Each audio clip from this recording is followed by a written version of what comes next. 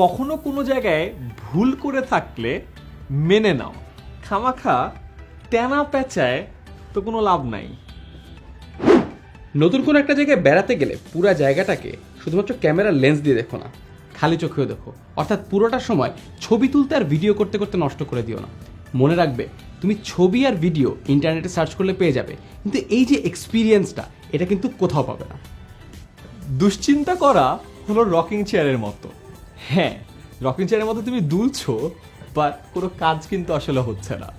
Same ভাবে তুমি যতক্ষণ দুশ্চিন্তা করো, তোমার মধ্যে খালি স্ট্রেস বাড়তে থাকে, অ্যাকচুয়াল কাজের কাজ কিছুই হয় না।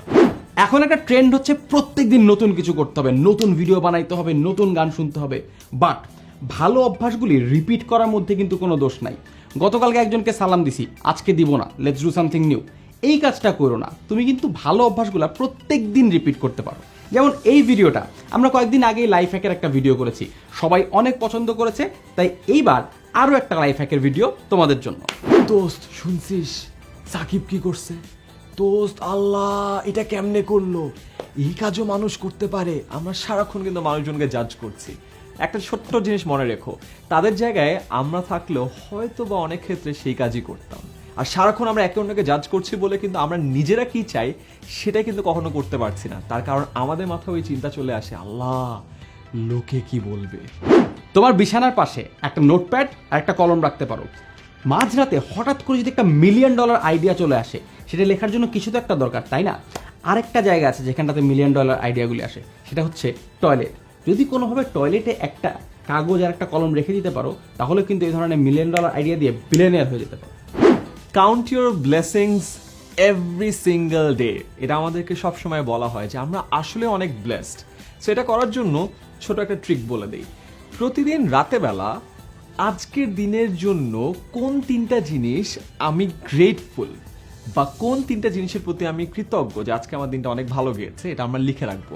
প্রতিদিন যখন আমরা 3টা জিনিস লিখবো, তখন আসলেই দেখবো যে আসলে আমাদের আশেপাশে অনেক কিছু আছে যে জিনিসগুলো আমাদের লাইফে একটা বিশাল ব্লেসিং। একটা অ্যাপোলজিকে একটা এক্সকিউজ দিয়ে নষ্ট করে দিও না। অর্থাৎ যখন সরি বলছো, সরির সাথে সাথে অন্য একটা এক্সকিউজ ধরিয়ে দিও না। ভাইয়া সরি, বাট আমি ঠিক করি নাই, কারণ আমার মনে হচ্ছিল মনে হয় আপনি করবেন। তুমি লোকটাকে সরিও বললা, আবার লোকটার ঘরে একটা দোষও চাপিয়ে দিলা, কি লাভ হইলো ভাই? অনেকেই ভাঙা ভাঙা ইংলিশ বলার কারণে লজ্জায় আর ইংরেজিতে কথাই বলেন না। একটা ছোট্ট কথা মনে রাখেন, ইংরেজি শুধুমাত্র একটা ভাষা মাত্র। ইংরেজি কিন্তু কখনোই আপনার ইন্টেলেক্ট বা ক্যাপাসিটির পরিমাপক নয়। তাই কেউ যদি ইংরেজিতে একটু ভালো হওয়ার কারণে বাকিদের ইংলিশের আড়ষ্টতা নিয়ে একটু ভাবে যে আরে আমার তো ইন্টেলেক্ট অনেক ভালো, আপনাদের একটু সমস্যা আছে আসলে। ক্লাসে বা সেমিনারে প্রশ্ন করতে কখনো দ্বিধাবোধ করবা না। ক্লাসের মধ্যে কিছু অদ্ভুত ছেলে থাকে যারা বলবে, হে হে দোস্ত তুই এটা বুঝিস না, ছি ছি। ও কিন্তু রিয়েল বোকা। তুমি প্রশ্ন করে 5 মিনিটের জন্য বোকা হবা, এই বোকা জীবনেও প্রশ্ন করবে না, জীবনেও বুঝবে না। আসল বোকা কিন্তু ওই। লাইফ আসলেও অনেক শর্ট আর আসলেও অনেক সিম্পল। খামাখা এটাকে কমপ্লিকেট করার কোনো দরকার নাই। এই যে ভিডিওতে অনেকগুলো আইডিয়া দিলাম, এতগুলো যে মনে রাখতে হবে, লিখতে হবে, এমনও কোনো কথা নেই। কোনোটা ভালো লাগলে কাজে লাগানো শুরু করো। Keep smiling and yes, subscribe to happiness because that's what matters. সব সময় মানুষকে কমপ্লিমেন্ট দিবা, তেল মারবা না, কিন্তু তাদের কি সুন্দর লাগছে, কোন জিনিসটা ভালো হয়েছে, এই জিনিসটাতে সবসময় তাদেরকে কমপ্লিমেন্ট দিবা। তারা এনকারেজ হবে। তুমি যখন কোনো কাজ করবা, দেখবা যে ওরাও কমপ্লিমেন্ট দিচ্ছে। শার্টটা কিন্তু বেশ জমছে। আরে থ্যাঙ্কস দোস্ত, ফাইন। রাগ আর অভিমান কখনো ধরে রেখো না। রাগ আর অভিমান শুধুমাত্র তোমাকেই কষ্ট দিবে। আরেকটা জিনিস মনে রেখো, কখনো রাগের মাথায় কোনো ডিসিশন নিও না। আর অনেক খুশি অবস্থায় খুবই হ্যাপি কাউকে কোনো প্রমিস করো না। তার কারণ হলো রাগের মাথায় তুমি হয়তো একটু বেশি বলে ফেলবে, আর বেশি খুশি হয়ে একটু বেশি প্রমিস করে ফেলবে।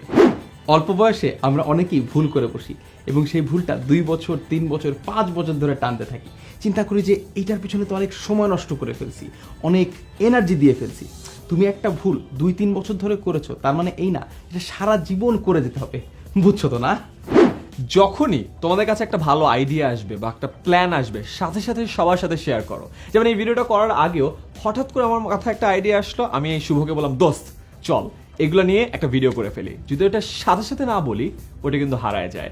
সো ইয়েস, যখন মাথায় একটা আইডিয়া আসবে সাথে সাথে শেয়ার করো। ইনফ্যাক্ট এই আইডিয়াগুলো যদি ভালো লাগে, এখনই শেয়ার করে দাও।